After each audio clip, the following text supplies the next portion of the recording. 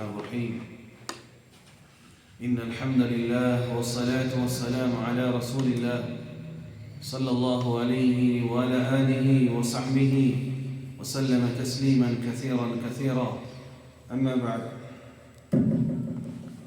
فقد قال حق سبحانه وتعالى في القرآن العظيم والفرقان المجيد فأعوذ بالله من الشيطان الرجيم بفضل بسم الله الرحمن الرحيم ولا تجعل يدك مغلولة إلى عنقك ولا تبسطها كل البسط وتقعد ملوما محسورا صدق الله العليم. பிரியமான சகோதரர்களே, அல்லாஹ் ரப்புல் இஸ்ஸத் அவன் ஒரு கொடை வல்லலாக இருக்கிறான். அவன் எல்லோருக்கும் அவரவருடைய தேவைக்கு ஏற்றாற்போல் கொடுக்கக்கூடியவனாக இருக்கிறான். அதே தன்மையை தன்னுடைய ஆத்மாவிலிருந்து படைக்கப்பட்ட மனிதனிடத்திலும் அல்லாஹ் எதிர்பார்க்கிறான். நீயும் கொடுக்கும் வல்லலாக இரு. ஒருபோதும் கெஞ்சன் அவன் வெற்றி அடைய மாட்டான். எவ்வளோ பெரிய ஆபிதாக இருந்தபோது ஷைத்தான் எப்பொழுதுமே சொல்வானாம், யாரை பார்த்துன்னு சொன்னா, பாவம் செய்யக்கூடிய செல்வந்தன், பாவம் செய்யக்கூடிய தர்மம் செய்யக்கூடியவனை பார்த்து ஷைத்தான் பயப்படுவானா. புரியுதா? பாவம் செய்யக்கூடிய யாரை பார்த்து? செல்வந்தன். அதுவும் குறிப்பாக தர்மம் செய்யக்கூடியவனை பார்த்து யார் பயப்படுறா? ஷைத்தான் பயப்பட்டு கொண்டே இருப்பானா. அதே நேரம் தொழுகையாளியாக இபாதத் செய்கிறவங்க, தஹஜ்ஜுத் தொழுகிறவங்க, ஆனால் அவர் என்ன செய்கிறாரு? கெஞ்சனாக இருந்தால் அவரை பார்த்து பயப்படவே மாட்டான் நம்ம ஷைத்தான். நீங்க என்னைக்கோ ஒரு நாள் என் வலையில ஒழுவு. அதே தர்மம் செய்யக்கூடிய பாவியை பார்த்து ஷைத்தான் பயந்து கொண்டே இருப்பானாம். என்ன காரணம் சொன்னா, என்னைக்காவது ஒரு நாள் உன்னுடைய தர்மம் உன்னை என்ன செய்யணும்? தலை காத்து உன்னை சொர்க்கத்திலே செல்ல வைத்திடும். அதற்கு ஒரு உதாரணம் வரலாற்றில் பார்க்கலாம். மோசஸ் என்று அழைக்கப்படக்கூடிய மூசா நபி அலைஹிஸ்ஸலாத்து வஸ்ஸலாமுடைய சமூகத்தில் மூசா நபி அல்லாஹ்வை பார்த்துட்டு வர்றதுக்கு இடையில என்ன ஆயிடுச்சு? அவன் பேர் என்ன? காளை மாடை கடவுளாக்குனான். அவன் பேர் என்ன? சாமரி. அவன் பேர் என்னது? சாமரி. அவன் என்ன செஞ்சிட்டான்?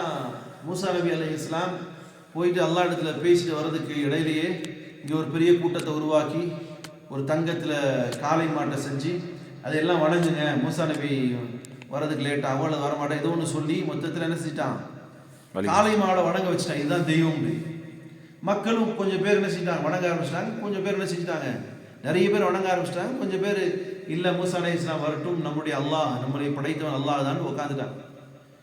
மூசா நபி அலைஹிஸ்ஸலாம் அல்லாஹ்வை பார்த்துட்டு பேசிட்டு திரும்ப வரும்போது பார்த்தா காளை மாடை வச்சு வணங்கிட்டு இருக்கிறான். இப்போ அல்லாஹ் உத்தரவு போடுறான், யார் யாரெல்லாம் இந்த மாதிரி இணை வைத்தல் ஆரம்பிச்சிட்டாங்களோ அவங்க எல்லாம் மூசா நபி அலைஹிஸ்ஸலாம் அவங்கள கொன்றுங்கன்ட்டான். மூசா அலைஹிஸ்ஸலாத்து வஸ்ஸலாம் என்ன செய்யறாங்க? அவங்களெல்லாம் கொல்ல ஆரம்பிச்சிட்டாங்க. யார் இது ஆரம்பிச்சுட்டது? பேர் என்னது? சாமரி. என்னது ஞாபகம் வைக்கனா? சாமரி. அவன் தானே ஆரம்பிச்சு விட்டான். அவனையும் தானே கொல்லணும். அல்லாஹ் என்ன சொல்லிட்டான்? மூசா அலைஹிஸ்ஸலாம் கேட்குறாங்க, இவனையும் கொல்லட்டுமான்னு. அல்லாஹ் சொல்லிட்டான், நம்ம மூசா அலைஹிஸ்ஸலாமங்களே அவனை கொல்லாதீங்க, அவனுடைய தர்மம் அவனை கொல்வதை விட்டும் என்னுடைய இதை தடுக்கிறது. அவன் செஞ்சது பாவம் தான், எல்லாத்தையும் வழி கெடுத்தான். ஆனால் அவன் செய்யக்கூடிய தர்மத்தை பார்க்கும்போது எனக்கு அவனை கொல்றதுக்கு மனசு வரல, அதனால நீங்கள் அப்படியே விட்டுருங்க அவனை. இயற்கையாகவே அவன் சபிக்கப்பட்டு மௌத்தாயிடுவான். மற்றவங்களெல்லாம் என்ன செஞ்சாங்க? கழுத்தை வெட்டி கொல்லுங்கிறான் அல்லாஹ். ஆனால் சாமரி மட்டும் என்ன சொன்னாங்க?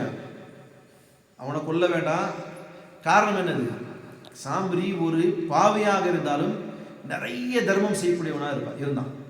அதனால தான் தமிழில் சொல்லுவாங்க, தர்மம் தலைக்காது. அது உண்மைதான். அந்த வார்த்தை உண்மையிலேயே தர்மம் என்ன செய்யும்? தலைக்காது.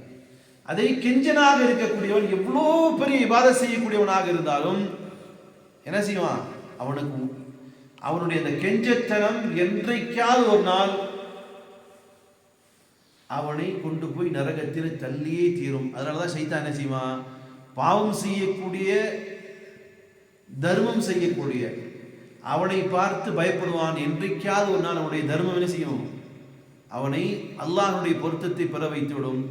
அதே இபாதத் செய்யக்கூடிய பெரிய ஆபிது விழுந்து விழுந்து தொழுகிறான், நெட்டியை போட்டு தேய்ச்சி நோன்பு மற்ற ஏனைய இபாதத் தஹஜ்ஜுத் எல்லாம் தொழுகிறான். ஆனால் பெரிய கெஞ்சனா இருக்கான்னு சொன்னால் அவனுடைய கெஞ்சத்தனமே என்ன செஞ்சிடும், ஒரு நாள் இல்லை ஒரு நாள் அவளை கொண்டு போய் நரகத்திலே தள்ளிவிடும்.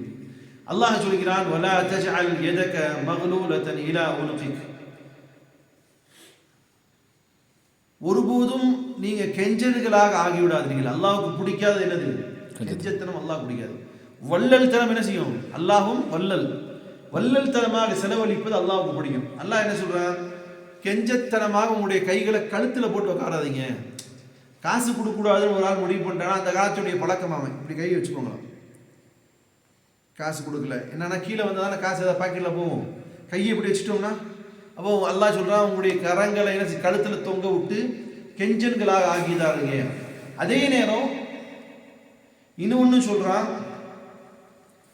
வலா தப்சுத்ஹா குல்லல் பஸ்தி ஃபதக்உத மலூமம் மஹ்சூரா.